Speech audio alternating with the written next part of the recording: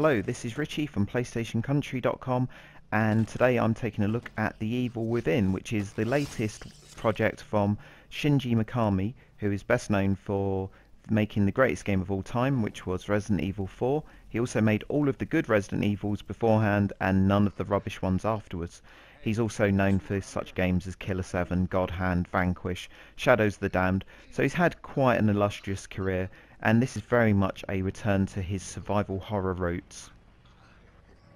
In fact, The Evil Within is very much the closest that he's come to revisiting Resident Evil 4. It could almost be a sequel.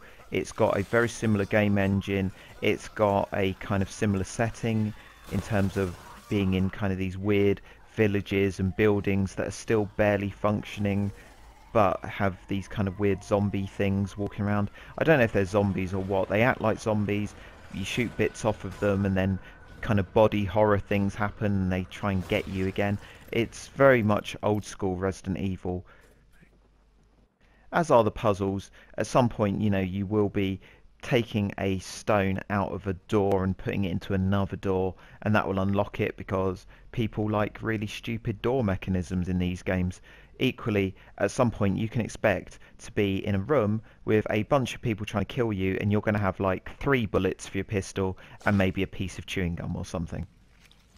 So the plot is typical Japanese survival horror nonsense. You play as a cop called Sebastian of all things, and as you're out investigating a murder, you get attacked by something that may or may not be a kind of weird vampire thing, and when you wake up, you're in a kind of weird Silent Hill kind of world that's awful and scary and kind of grimy. But it is standard Resident Evil 4 fare.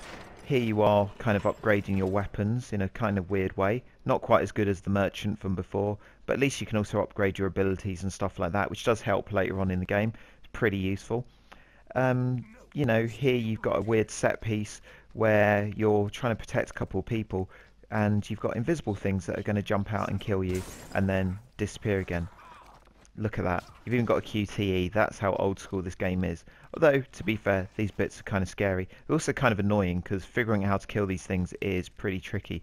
But later on, it uses the game engine to have like things like puddles where you'll see the footsteps and you'll see things being moved slightly out of the way, and then you just blast at that area, which is quite good. Also a pretty good way to lose all your ammo in a really quick fashion.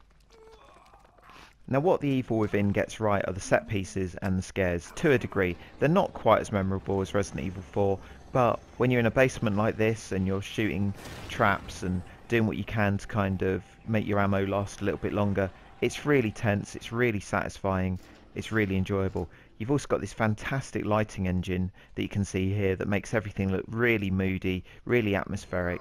It's fantastic. What isn't great are those cinematic black bars that are at the top and bottom of the screen. We're losing, what, a fifth, maybe a quarter of the screen there?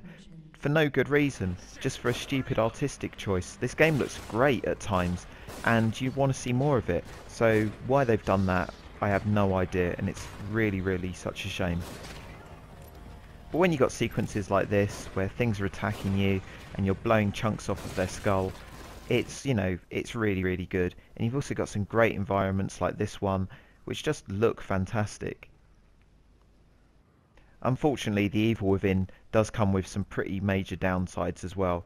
Aside from the sort of stupid plot and the really dated puzzles, you've also got some really old school level design.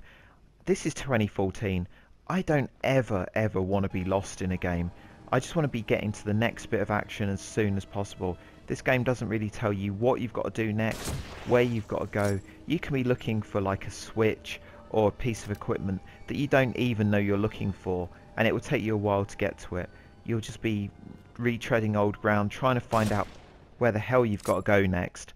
And in 2014, I don't know, that just seems a little bit unacceptable to me, as do these puzzles here. You know, it's just a bit dated. It's a bit unnecessary. This game fundamentally is good. It has some really good things going on, but equally it's just got some old school design choices, and somebody really should have just turned around to Shinji and said, you know what, times have moved on. We don't want QTEs and stupid puzzles and stupid plots. You know, you can do better. But that said, This video isn't showing you the best that the game's got to offer.